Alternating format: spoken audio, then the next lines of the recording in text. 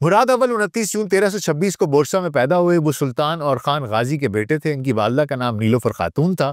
उनका बचपन एक शाही माहौल में गुजरा, जहां उन्हें मजहबी, अस्करी और सियासी तालीम दी गई। मुराद अव्वल का बचपन पुरसुकून गुजरा। उन्हें वालिद और खान की फतूहात और जंगें देखकर बहुत कुछ सीखने को मिला। उन्हें सल्तनत को चलाने की तरबियत बचपन में ही हासिल हो गई थी, जिसकी बदौलत वो मुस्तकबिल में एक कामयाब हुक्मरान साबित हुए। सुल्तान और खान गाजी ने मुराद अव्वल को अपनी जिंदगी में ही सल्तनत का जानशीन मुकर्रर कर दिया था। मुराद अव्वल ने 1361 में यूरोप का मशहूर शहर एड्रियानोपल को फतह किया। इसे उस्मानी सल्तनत की पहली बड़ी यूरोपीय फतह माना जाता है। बाज़ंतीनियों के इस अहम शहर को फतह करने के बाद उन्होंने दारुल हुकूमत को बोरसा से एड्रियानोपल में मुंतकिल कर दिया और वहां से बल्कान की मजीद फतूहात का आगाज हुआ। उन्होंने बल्कान का बेशतर हिस्सा उस्मानी सल्तनत में शामिल करके बाज़ंतीनी हुकूमतों को खिराज देने पर मजबूर कर दिया। मुराद अव्वल ने उमूर सल्तनत संभालने के बाद पहली बड़ी जंग 1371 में दरियाए माटीजा के किनारे लड़ी, जिसे जंग माटीजा कहा जाता है।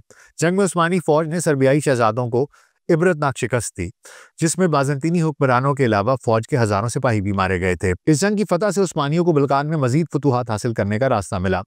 मुराद अव्वल ने सल्तनत को मजबूत बनाने के लिए इस्लाहात की। उन्होंने बाकायदा दीवान की बुनियाद रखी और सल्तनत को दो बड़े सूबों में तकसीम किया, जिसमें एक सूबा अनातोलिया और दूसरा रोमेली कायम हुआ था। उनकी फतूहात की बदौलत सुल्तनत के रकबे में 5 गुना इजाफा हुआ।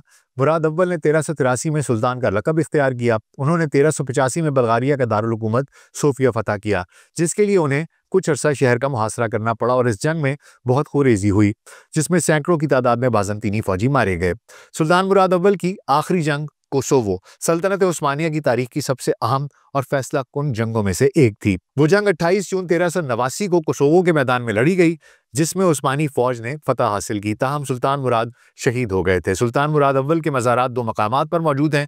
उनके जिस्म और दिल को अलग अलग जगहों पर दफन किया गया था।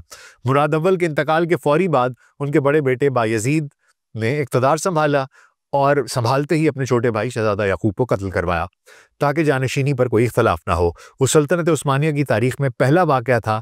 इसके बाद कत्ल बराए इस्तेहकाम सल्तनत उस्मानिया की रिवायत बन गई।